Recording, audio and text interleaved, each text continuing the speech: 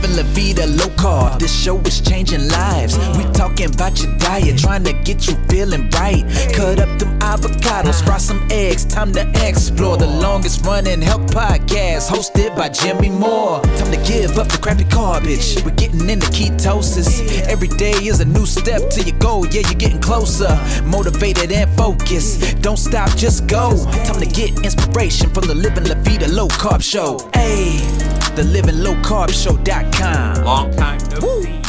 I know, man. It's been a long time. Well, I saw you last year because I was on the way to a carnivore event in Austin, Texas, and I came by your old warehouse. I think you were moving to the new one very shortly after I visited you guys. Yes, I do remember that. Yes. Changed since then. We're in the new facility now. We're loving it so far, for sure.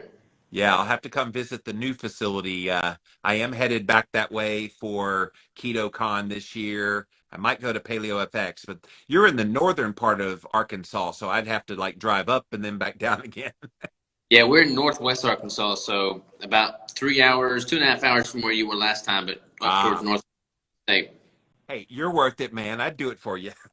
Heck yeah, man. Heck yeah, absolutely. Well, that setup you got right now is looking super clean, man.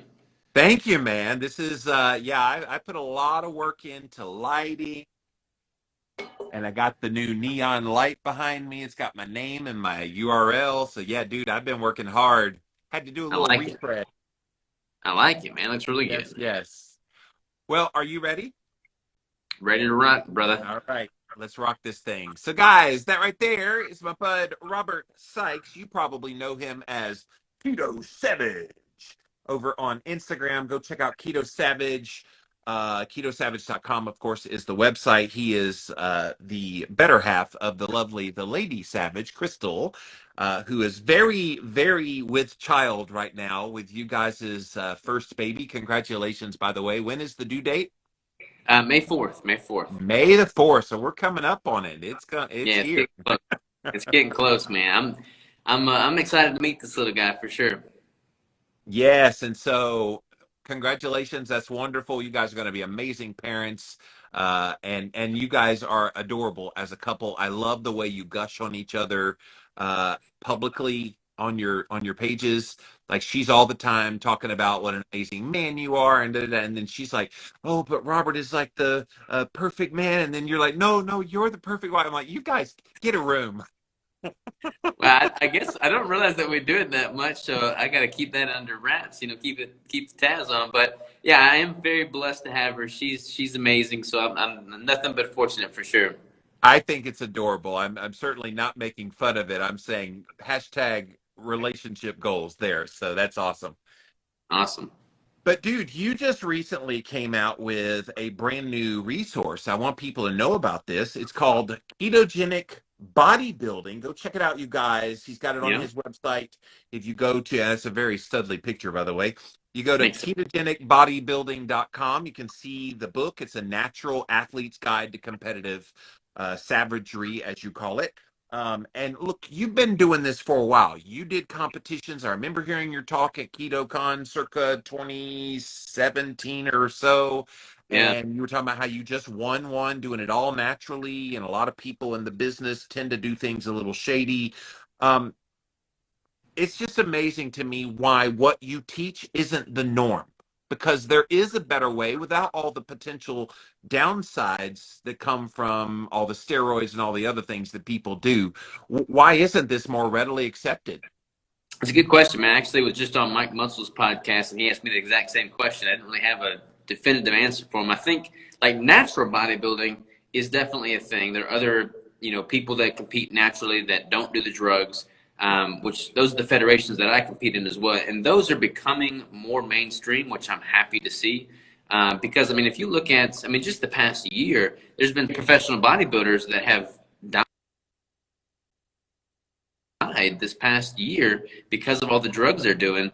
And it's sad to see for sure. So I think gearing people towards the natural route is super important. I don't see very many people doing it from a ketogenic standpoint. That's kind of where my forte is a little bit different, but from a hormonal standpoint, from a psychological standpoint, I've personally found there to be much more benefit in going the ketogenic route. So ketogenic dieting paired with natural bodybuilding, to me, is kind of like the fountain of youth, so to speak. Yeah, and look, I've interviewed a lot of people on my podcasts over the years. I've been at this a very long time, and so I've had different body people saying, "Well, we were keto long before keto was a thing." I'm like, "No, you were protein focused, maybe, but that's not the same as being keto." Can you talk about that nuanced difference between what a bodybuilder would think is kind of keto diet and what you do? Yeah, it's really interesting because a lot of bodybuilders, especially the bro bodybuilders, I mean, protein is very important. I would never try to cast protein in a negative light. But right now, protein is in the limelight across multiple different nutritional strategies, and people are just consuming protein ad nauseum. And I think a lot of bro bodybuilders, they say, hey, look, I'm keto if I just simply don't have that many carbohydrate. Right. But they'll leave protein exceedingly high. I mean, when I started doing bodybuilding before keto, I was doing 300 grams of protein a day easily, very low dietary fat, and at times very low carbohydrate. So I probably was producing ketones in that context, but that certainly isn't optimizing for a ketogenic approach. So what I do differently now is I'll still consume quite a bit of protein, but I'll moderate that based off what my body's needs are and my goals are, and I'll keep dietary fat relatively high throughout the competition prep. So from a dietary fat standpoint, I leave that at a relatively high ratio, which amplifies my body's ability to produce and use ketones, and also help from a hormonal standpoint by having more dietary fat coming in. When my body fat's incredibly low, I'm able to keep my total testosterone in a healthy range as well. Let's camp out in what's happening in the keto space, because a lot has happened since we all were last together at a conference.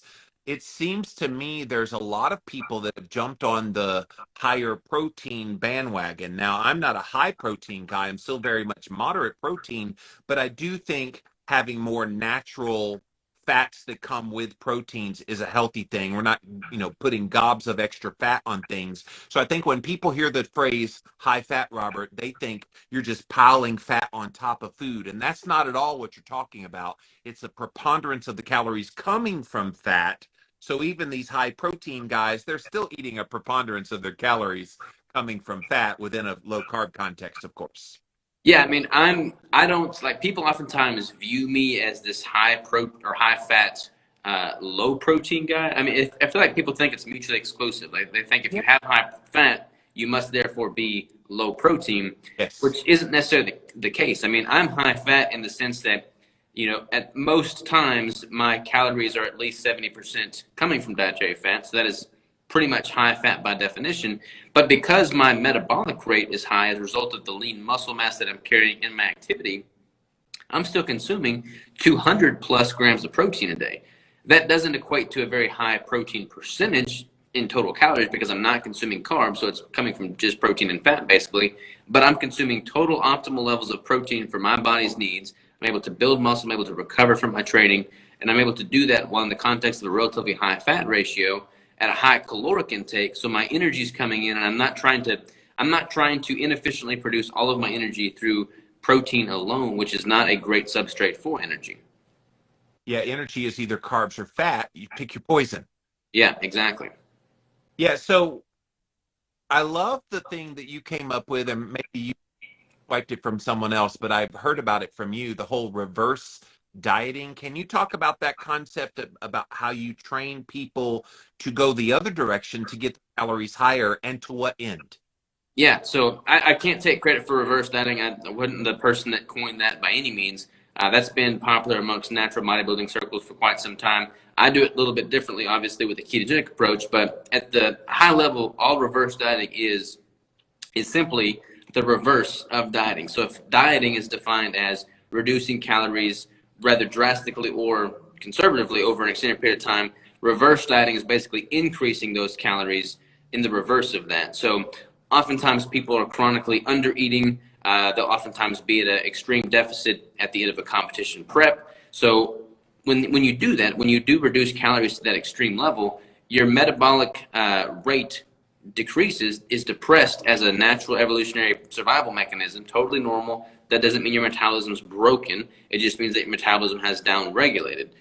So you have to really upregulate that metabolic rate back to a sustainable, healthy function, which is going to involve slowly increasing calories after a period of chronic dieting or short-term extreme dieting, and as in the case for competition prep. So basically that's going to consist of increasing dietary fat and protein if you're doing a ketogenic approach over the course of several months, so that you can return to a healthy maintenance intake or even a slight surplus, which is going to help you build more lean muscle tissue and therefore increase your metabolic rate further.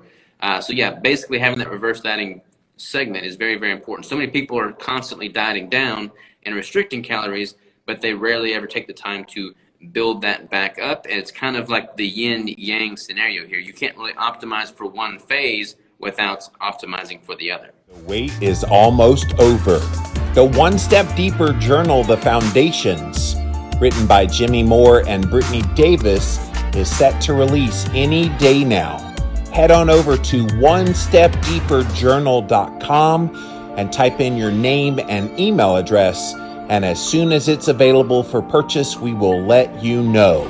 onestepdeeperjournal.com. I remember when Crystal was going through her competitive, the competition she was doing, and she talked about how everybody around her was suffering in the competition. She's sitting there still having steak and doing all the things. I loved it. I mean, it's kind of funny to me that if there's a better way, why the people wouldn't be doing it. Now, obviously, they're coming to see you and they're learning from you, but it seems to me a lot of people suffer needlessly, and then, oh, well, bodybuilding wrecked me, and so I can't now be healthy. Whereas your approach not only lets you participate in the bodybuilding competition, but you also preserve your health in the process. Yeah, I mean, I do what I do now because I'm a strong believer in it being a better way, certainly better for me, and I've experienced it myself, and I've seen it pan out this way for many of my clients as well. But their hormones stay in a much healthier range throughout the competition prep. They feel better. They don't lose near as much lean muscle tissue and strength. They're able to maintain high cognitive function. I mean, it's not atypical to see most bodybuilders walking around like in this zombie-like state the last month of prep, because they are incredibly depleted. Their calories are very low. They're doing a ton of cardio, and their hormones are down. I mean, everything's just terrible. And that's not to say that it's easy with a ketogenic approach. I mean, it's not going to be easy no matter what diet you're on. But if you're able to preserve your hormonal health, if you're able to eat foods that you still enjoy, if you're able to have high cognitive function because you've got higher levels of circulating blood ketones that can cross the blood-brain barrier and provide some mental energy, then it's just going to make the entire process that much better. Yes. Now, you came up with various phases of prep for competitions. And look, I admire anybody that's willing to put themselves through that. I watched, who was it? Lady Carnivory, JC, through a competition last year, and it was something she wanted to do it. She wasn't trying to necessarily win. She's like, that's hard. I want to do it. I want to try it just for me. And she did it. And it was great. Come up with phases about how to get to that point where you're on stage. You want to kind of touch on those 7 phases? Yeah, so the first phase is basically establishing your baseline and starting macronutrient intake. So basically figuring out what your maintenance caloric intake is, figuring out what your starting macros are from a protein, fat, and dietary carbohydrate standpoint, figuring out what your current body composition is. That's all about phase 1. Phase 2 is increasing your protein gradually while simultaneously dropping your dietary fat to find your own unique protein threshold. Once you've established that, you move to phase 3, which is dropping both protein and dietary fat, so your overall calories are dropping. And that's pretty much going to put you towards the tail end of a competition prep or a cutting phase. Phase 4 is the introduction of ketogenic caloric refeeds. So basically, you're going to have a strategic day or 2 a week in which you're consuming higher proteins and fats for an overall increase in total calories, which is going to help from a metabolic standpoint, from a psychological standpoint, and make being at those low average weekly calories that much more sustainable. Phase 5 is all about the peak week itself. So if you were stepping on stage, that would be the week that you're actually competing and trying to peak properly, doing a little bit of electrolyte manipulation, getting everything dialed in for winning the show ideally. Phase 6 is the start of the reverse diet. So basically, we increase dietary protein back up to ensure that you don't have any muscle wasting immediately post prep, and then we start increasing dietary fat and protein throughout phase 6 and phase 7, basically, until you reach a healthy, sustainable maintenance or surplus. So you've been through this yourself. You've trained a lot of people, including your wife, on this. What's the hardest part? Man, it's all a mindset thing, you know, like bodybuilding. Like, it's not hard to go into the gym and absolutely kill it. You know, it's not hard to nail your macros perfectly, you know, acutely. Any day in time, people can go to the gym and kill it in the workout. They can kill their macros and they just nail everything on the hip. But to do that consistently for 4 or 6 months at a time without fail, that's where it becomes a mental sport. That's where it becomes an act of discipline. And that is where it becomes a challenge, because 4 or 6 months worth of time is no walk in the park. I mean, people have their lives going on around them. But to, you know, be disciplined and be strict with what you're doing and why, and not leave anything to chance throughout that entire 5 or 6 month span, that's where the impressive mental aspect comes into play.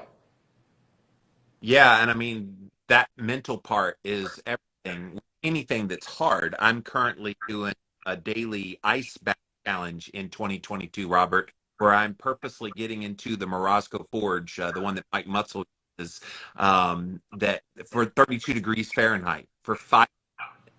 And so that's hardcore. So, That's impressive. and so when you do that and you do it on a consistent basis, some days you feel great. Some days it's going to be like, this is easy, this is wonderful. And then some days you're like, here. And so I'm sure, I guess it depends day to day in the process of this. How do you keep that mind on track when it starts to go to all the bad places? I think really just focusing on what the big picture goal is, and recognizing that this moment in time that really freaking sucks is just simply a moment in time. Like, this is not my life in its entirety. This is simply a moment in my life. And when you're able to recognize the brevity of life and realize that this hardship is making you better, making you more resilient, making you more harder to kill, honestly.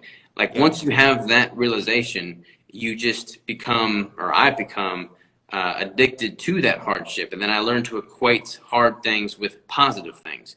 And for me, that allows me to muscle through mentally and physically those moments that make it seem like it's easy to quit.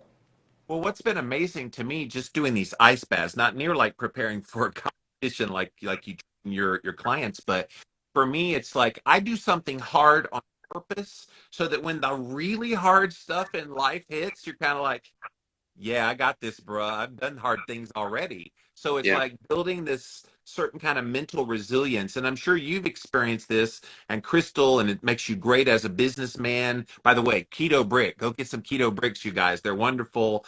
And you just got all the flavors back in stock I saw the other day. So go ketobrick.com. That's it, man. But yeah, dude, like that's been the biggest shock, like for me, of doing this ice bath thing. And I'm sure once someone a bodybuilding competition, no matter how they do, the fact that they did it, something is up here. Yeah, totally. I mean, your perspective towards life and the hard things that you've done, I mean, that's going to be different for everybody. The hardest thing you've done is the hardest thing you've done. That may be a walk in the park to somebody that's done harder things. That may be like an insurmountable thing for someone that's done a pretty cush life. But for me, I always embrace these hardships. I try and seek them out. I mean, we live in an era in which most of us are not waking up wondering if we're going to make it through the end of the day or not. We don't have to go hunt for our food. I mean, we have a pretty plush lifestyle. So you have to almost seek out these hardships intentionally, bring them into your life. These self-imposed hardships is what makes you grow. And for me, a bodybuilding competition prep is like a perfect embodiment of that hardship from a physical and a mental, psychological standpoint. So I always come out of a prep much better for it. I have nothing but mad respect for anybody that would put themselves through that, because that's something that people look at and go, I could or would never do that. And I've heard the same thing about ice baths. They're like, I would never do that. I'm like, yeah, but if you knew what would be awaiting you on the other side of it, you might be a little more motivated. Absolutely, man. Absolutely. Yes. By the way, there's the Keto Brick website. Go check them out, ketobrick.com. And yeah, you've been doing that Oh, wow. How's the business? Is it going well? Yeah, everything's going good, man. We got some new flavors on the horizon. We're hiring some new people right now. We're just hustling. We got the new building here, so we've been getting it all outfitted. But we're just taking it one day at a time and loving every minute of it, man. Yes, and that's not your only entrepreneurial ventures. Also, Live Savage Apparel. Dude, Yeah. you're doing everything. I heard the KetoCon people hired you guys to do their shirts or whatever for them this year, so that's kind of cool too. Yeah, I'm actually going to do a test print this week. So we're getting that set up right now to run a shirt through. Dude, like you've got your hands in a lot of things. And Yeah. I mean, obviously a lot of that's stressful, and you still work out, you still spend time with your wife, you still got a new baby on the way. I saw the little stroller you were moving around and like racing it around on camera yesterday on your story. That was cool. How do you balance it all? How do you take all of the thing that you made and created and blessed with? How do you think? I don't know that I do, man. I don't know that I don't think I am the perfect illustration of somebody that has it all balanced, because I'd be lying to you if I told you my life was balanced. I mean, I'm in a state where work tends to be the priority for me, so I'll typically go for that. Now I was very strategic in how I built all this, and I knew from the onset that I wanted it to be symbiotic in nature. So building a business around health and fitness and nutrition made it much easier for me to stay on top of my own health, fitness, and nutrition, because it kind of worked in tandem with the business. But, like I probably don't spend as much time with Crystal as I should. I probably don't, disconnect and spend more time just doing home stuff as I should, because I love all the business stuff. I feel like having the baby will certainly encourage that a lot more. And probably, by no choice, I mean, it's going to have to happen. I'm going to be changing diapers whether I want to or not. But I'm excited for it. I think, building a life and being intentional with it in a way that everything that you truly are passionate about builds upon everything that you're spending time on. So many people live a life in which they balance with one thing, but then it distracts from something else. I've tried to structure my life in a way that everything builds the whole. Dude, and I've seen you from when for an unknown who you are now, and you're amazing. I want people to know that you have built something that is ethical, that is real. I think that's why you guys have seen such great success, is you're not pretending. And unfortunately, not everybody in the keto space is real. And even keto is kind of on kind of downward slope away from that high it was just a few years back. And I know you're tied to Keto Savage and the Lady Savage and Keto Break. Do you sense at some point there may need to be a shift away from that term, or will you always embrace that term? I mean, it's funny, man. Like keto definitely isn't the hype that it was a few years back. And sometimes I wish that wasn't the case. Like I loved all the excitement that came with that, that freshness of it all when it was on top of the world. But for me, like keto is keto. Like you can rebrand it, you can throw a different word on it, you can call it whatever you want to call it. But at the end of the day, a ketogenic diet and lifestyle is a diet and lifestyle in which you're producing ketones, you're keto adapted, you're fat fueled. I mean, so it doesn't really make sense to try and change the wording, because it is what it is. Yeah. And it's the diet that I'm always going to be doing, because it's what I found to be the best for me, for Crystal, for everybody that I know. So it's like I don't feel a need to try and deviate from that. So I'll probably be, strict keto till the day I die. That said, I've got a lot of other things that are not so much nutrition related that I'm excited to build out, like the Live Savage brand, which is going to be a lot of homesteading stuff, a lot of parenting stuff, a lot of family stuff.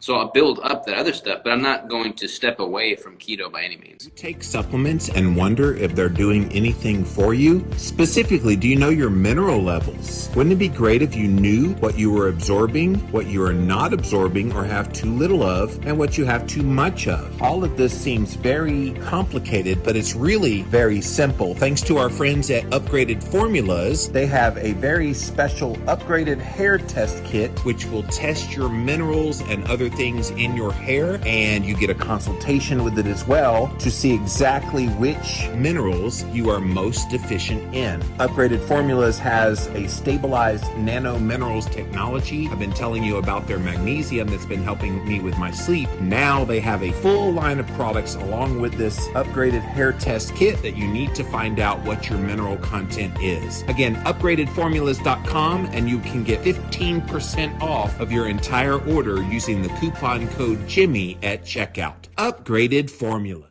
And by the way, when I created Living Vita Low Carb a million years ago, I was like, all right, it's generic enough, because I did the Atkins diet. I could have easily done something Atkins at the brand. Or, you know, and people are even like, you should change to paleo when paleo came around, and then you should change to keto. And I'm not going to be one of those people. It's my brand every couple of years. And so that's the thing, man. Like I totally get, as a business and entrepreneur, I see the allure to being adaptable, being flexible, being nimble. And I appreciate that. Like that's a good trait to have. But there's a dichotomy that exists there. And what I think people are seeing a lot of right now is all these people that are just shifting and doing those 180-degree turns, so much so to the point that you don't really know what they stand for anymore.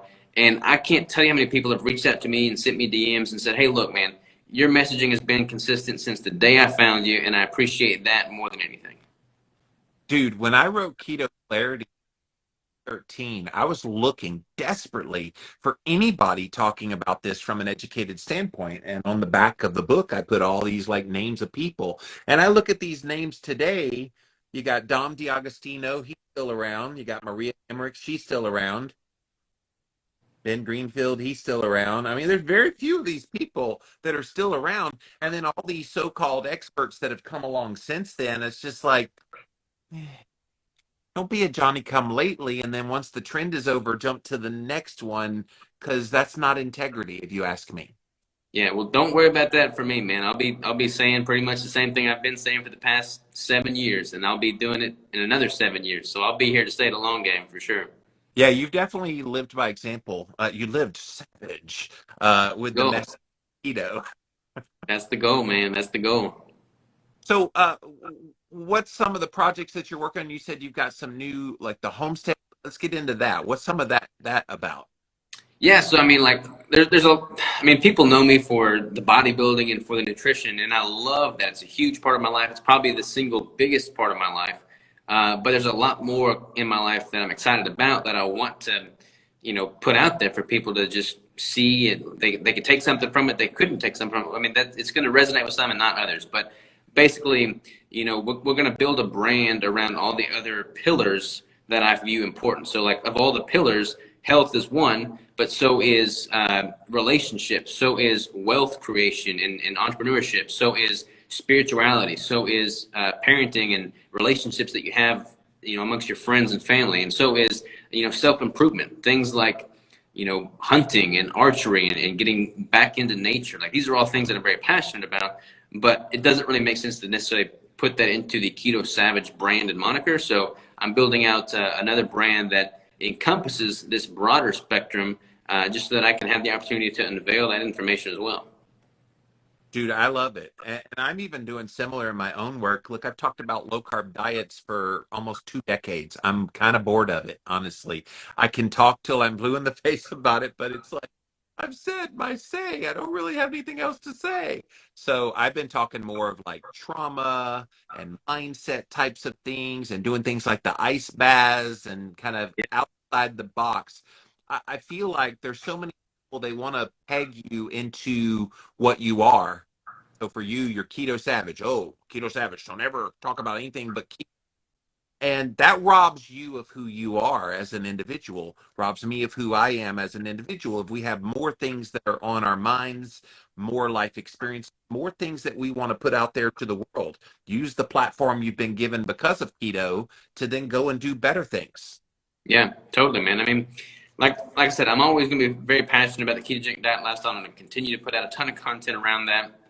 That's always going to be probably the main source of content, or at least in the interim for sure. But I mean, things as simple and seemingly trivial as how Crystal and I are going to to plant our garden and raise chickens and pigs and cow and I mean all that kind of stuff. Those are all things that I'm very interested in, like this homesteading vibe that I think is pretty symbiotic with the ketogenic diet and lifestyle, especially if you're going back to more of a primal, primitive, roots kind of standpoint with your nutrition. I feel like it kind of goes hand in hand. But then having like a dedicated brand in which to really focus on that type of content is something I'm super excited to start putting information out on. Dude, I have backyard chickens, and every time I go live on Instagram, they're like, "Show us your chickens. We want to see what you do. Show us the coop. Answer questions." And it's like there is interest there. Yeah. And chickens. I don't even I want a cow, but I don't think the city of Spartanburg, South Carolina, would take well to that if I had a cow in my backyard. They make mini cows. You can get one of those mini cows. Oh, funny. So people said get goats, but that's a bad idea for me. Sorry, I had to do that pun. So. No, it makes sense, man. Yeah, goats. Crystal wants goats and pigs, so maybe we'll get some goats. Who knows? The pigs sound like fun because you make them a mud pit and they'll follow around in the mud pit. I also ducks because duck eggs are glorious. The chicken eggs are awesome, but duck eggs just next level. I'd be all about some duck eggs for sure. Yes. Dude, like you guys, you're rocking it. You're doing your thing. I love it. I love that you're living by your own rules. And now that the world is hopefully, fingers crossed, coming back to some sense of normality again. It's great to see people again. Are you guys going to be at some of the conferences that are coming up? I know you got the little one coming. Yeah. So I'm going to speak at KetoCon. Battery's low. I'm going to speak at KetoCon. We're going to have the whole crew there. I've got several I'm speaking at. There's that one. There's the Keto Symposium, the Keto Palooza, Keto Las Vegas, and Keto Summit Omaha. So I'm speaking at those. So we'll definitely be going to the conferences for sure. Wow, you're making the rounds, dude. I didn't even know about 3 of those. So. Yeah. So it'll hopefully be pretty good. I'm excited to get out and see everybody again for sure. Yes. Well, again, you guys go check out the brand new book. If you have not seen Robert's brand new book, it's been out since January, Ketogenic Bodybuilding. Name of it. He's got a copy of it right there in his hands. It is available on a thick-ass book. Wow. Go to Amazon. You can pick it up there in Kindle, paperback, and hardback. So great job. I know this has been a heart of yours wanting to write this book for many years. I was trying to get you with my old publisher, and they were like, and I'm like, give me a break. Robert's the man. I'm glad. I'm proud of the book for sure. I think it's going to be a great resource for anybody wanting to improve their composition, without a doubt. Yeah, I mean, and look, people like to do these competitions, so why not have a coach right there in book form? And then if people want to hire you, do you coach people through competitions? Yeah. So I still do my coaching. I've always done coaching because it just keeps me sharp. Like a lot of people make it big and they stop coaching, and they go do other things, which who am I to judge? But for me, always working with some clientele, it keeps me on the cutting edge. It allows me to stay sharp. It allows me to see what's working, what's not working, and then just keep learning. So I definitely do love the coaching. So somebody asked the question if it was an Audible audiobook version. Did you book? I'm going to do an Audible version. It's not done yet. I've got to find the time to sit down and record this because I'm going to do it in my own Southern drawl accent. So it'll take a little while to do. I have read 6 of them, Robert, and it's harder than it looks. I believe it. You have to read it as if you're not reading. And even if you wrote the words and it's in a flow that your style, your brain's going to go, and I want to read all the words on the page, and it's just it's tricky. Yeah, it's not like a podcast. I mean, with podcasting, it's easy for me to carry on a conversation and just flow, but with the book, it's going to be unique for sure. Yes, and then in my clarity book, I had the little moment of clarity quotes from the experts, and so I'd have to change my voice. Moment of clarity quote. There you go. Yeah, you do that. You still doing the podcast? It's going well? Yeah, podcast is going great. I record several episodes every single week. I want to start flying all my guests here in person. Because I got the studio set up to a point now where I'm trying to make this like an experience, like fly people out, have them train with me, have us like go camping, hiking, hunting something, and then do all the recordings in person so it's more authentic. So that's the next thing on the horizon for sure. I know Mike Muscle flu to people for a little while before the pandemic hit. Yeah, that sounds awesome. It's you becoming Joe Rogan, flying people into your facility. So, That's the plan, brother. That's the plan. I love it. I love it, dude. I am so glad we got to connect here on the podcast today. Guys, again, go check out Robert Sikes. Keto Savage is who he is over on Instagram, ketosavage.com to check out the book. Also, don't miss his Keto Brick Company. If you need 1,000-calorie ketogenic performance brick, I see people all the time getting creative with your bricks. They'll cut it up and put it in the molds and pop it. Okay, I got my 250-calorie snack, blah, blah, blah. I mean, it's great. And then the whole thing that you started, people are eating carnivore, but then they're adding in your bricks. Oh, meat and bricks, man. Meat and bricks. Yes, meat and bricks. Are you still doing the 2 pounds of meat, 1 brick a day? Wasn't that kind of style? Yeah, I mean, it winds up averaging out to about that. I mean, I'm eating a lot of meat and a brick every day. So, yeah, pretty much winds up being probably about 2 pounds of meat and a brick. So, lots of food. Yes. And oh, by the way, Crystal, during the pregnancy, has she purposely ate more carbs, or has she stayed pretty ketogenic? What's that been like? She's been keto the whole way, man. Not once deviated. I mean, her total carb count probably never exceeds 30 grams a day. Whoa. And she's still training every single day. I mean, like perfect ketogenic diet. And I mean, the pregnancy's been super smooth. Like everything's been flawless. So if for those of you that say that you can't do ketogenic throughout your pregnancy, I mean, you're just wrong, She shocked me when I saw on her stories the other day where she's still deadlifting. And I mean, she's not deadlifting chump change weight either. She's still heavy deadlifting. I'm like, whoa. Yes, they don't call her Lady Savage for nothing. Yeah, she's definitely the Lady Savage. Speaking of, there she is, the Lady Savage. Go check her out, you guys. But I wanted to also show your apparel line one more time. So Live Savage Apparel. So you have so many brands now. I got to get to all of them, man. LiveSavageApparel.com is the website for that one. But Robert, dude, let's meet up at KetoCon, man. I look forward to seeing you in person. 100%, man. Always a pleasure seeing you. And just let me know if there's everything I can do for you, brother. My door's always open for you. Right back at you. Time to get inspiration from the Living La Vida Low Carb Show. Hey, the livinglowcarbshow.com. Woo! Did you go keto and thought you had to give up wine? Well, let me introduce you to Dry Farm Wines. It is the world's first sugar-free alcohol that is lower than your typical wines, organic, made at local farms that do it the right way. Most of the wines that you buy are from 3 really big companies, loaded with additives and preservatives, so many dozens of those kinds of things. You don't want all that junk in your wine. So go to dryfarmwines.com/Jimmy and they will ship you these wines. And just because you listen to this podcast, Dry Farm Wines is going to give you a bottle in your first order for just 1 cent. Go to dryfarmwines.com/Jimmy and you will get your bottle of wine for just 1 singular penny. Go check them out. Dry Farm Wines, you guys. It's wine o'clock somewhere. Let's go get Have some you wine. experienced the dreaded keto flu? Did you know that most of these symptoms are actually due to your body dumping excess electrolytes? This is where Element comes in. Element is a tasty electrolyte drink mix with everything you need and nothing you don't.